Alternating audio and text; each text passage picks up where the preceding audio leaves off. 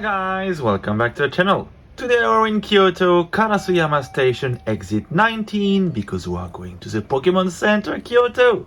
Yes, Osaka isn't the only major city around to have a Pokemon Center. Kyoto does too, and I'm pretty excited because I know they have amazing exclusive plushies. The Pokemon Center is 3 minutes away from the exit 19. If you want to walk from Kyoto Station, it is doable. Will take you about 30 minutes and it's all straight. As you can see, that's Kyoto Tower over there. That's our building and we need to head to the second floor, so we're going to take the escalator. And yes, the Pokemon Center is that way, so let's turn around. Oh my gosh, look at this Pikachu welcoming us. Isn't it the cutest Pikachu you've ever seen? And with Ho-oh in the back, that's just perfect. So, how about we get started with those plushies? We've got two beautiful Pikachu. This is one of the few Pokemon centers to have a pair of exclusive Pikachus. One is serving the tea because Kyoto is famous for its green tea, while the other is serving a popular Japanese treat called dango, which is said to originate from a tea house in Kyoto. I found them beautiful together and each of them is sold for around 2,600 yen or $17. Now, you should know that these aren't the original Kyoto exclusive Pikachu plushies. As you might know, Kyoto is an imperial city. It was, as a matter of fact, the former capital of Japan and is still now a major cultural city.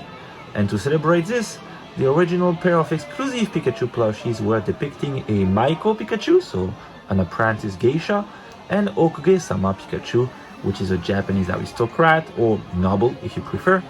I'll put a picture of these two on the screen. You can still find them online, but it will cost you roughly $130 for the pair. So, where were we? Oh yeah, let me remind you that if you want to support the channel, you can do it via my Patreon. By subscribing to Patreon, you gain access to the latest Pokemon Fire sales in Tokyo, as well as the unique possibility to order any Japanese item directly through me without any commission. And of course, don't forget to subscribe to the channel, leave a like, it's always appreciated, a comment if you feel like it, and if you really enjoy my content, please share it around you, it really does help the channel. Oh, look at this iron bundle! Looks like you can do so many things.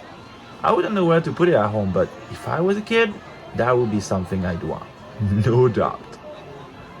The Pokemon Center is actually quite big, but still crowded.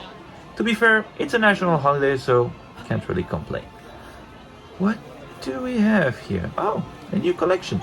Night Arcade. That's flashy. Not really my thing, but kids might go for it. And I found it. You know how I like going after these items whenever I visit a Pokemon Center. So let me introduce you to Bracky. Who do we have next? Who is that? Ooh, Nyahoja. And who's last? Oh yeah, of course. Well, at least they got Pikachu right. If you've never seen my previous videos, the Pokemon Centers have a thing with trying to write the Japanese name of the Pokemon in alphabet. They keep on trying, but they can't get it right. As soon as a Pokemon has a different name in English and Japanese, like Umbreon and Sprigatito earlier, it becomes really weird. Obviously, Pikachu doesn't have this issue. One thing they always get right though is everything drinks related. I mean, of course, cups, mugs, tumblers, and all that stuff. They usually come up with very nice designs, like this Night Arcade one. Wasn't the biggest one of the pouches we saw earlier, but this one I like. I think there is a good balance of items and designs that can please both grown-ups and kids. Ooh, Paraffin comic style. That's cool. Ooh. Before we get to Ho-oh in a second, let me explain you why Ho-oh is the mascot of this Pokemon Center. There are several reasons. First, Ho-oh is from Johto, a region that's based on the real-life Kansai area of Japan, where Kyoto is located. Second, Ho-oh itself is based on the Japanese equivalent of the phoenix. Now, in the Japanese mythology, the Ho-oh is a very strong symbol. You can find it on the 10,000 yen note, and it symbolizes the sun and the imperial family. As per the Japanese mythology, all the Japanese emperors are descendants of the goddess Amaterasu, goddess of the sun. Now, as I mentioned earlier, Kyoto being the ancient capital of Japan, with the imperial palace still open to visitors to this day, it just makes sense to have Ho-oh as this Pokemon Center symbol. Don't know whether the signatures on its back are part of the mythology though. Lugia is here as well, of course, but it's over there right in the middle of the checkout line, so I'm sorry guys, that's the only shot you'll get, as I can't quite get to him without bothering everyone. As for the booster packs available, they do have more options than the Tokyo's Pokemon centers, where Crimson Haze and Shiny Treasure EX are sold out most of the time, but still no Terrestrial Festival or Battle Partners.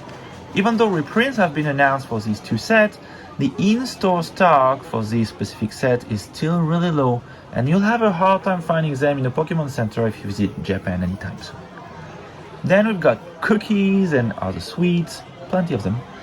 The reason for this is just due to Japanese culture, where cookies are a very common gift you bring to family, friends, colleagues, whenever you go on vacation. So not only the Pokemon centers, but any kind of stores that targets Japanese tourists will have some kind of cookies for sale.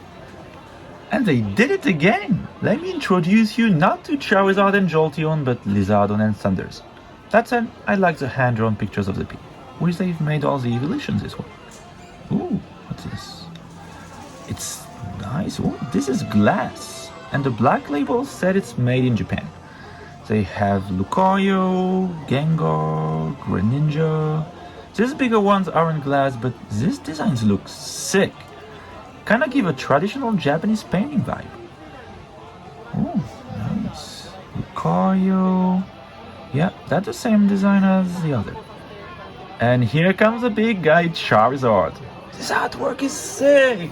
And Eevee! Wow. Throw a like if you want these artworks in the TCG. These keychains are beautiful.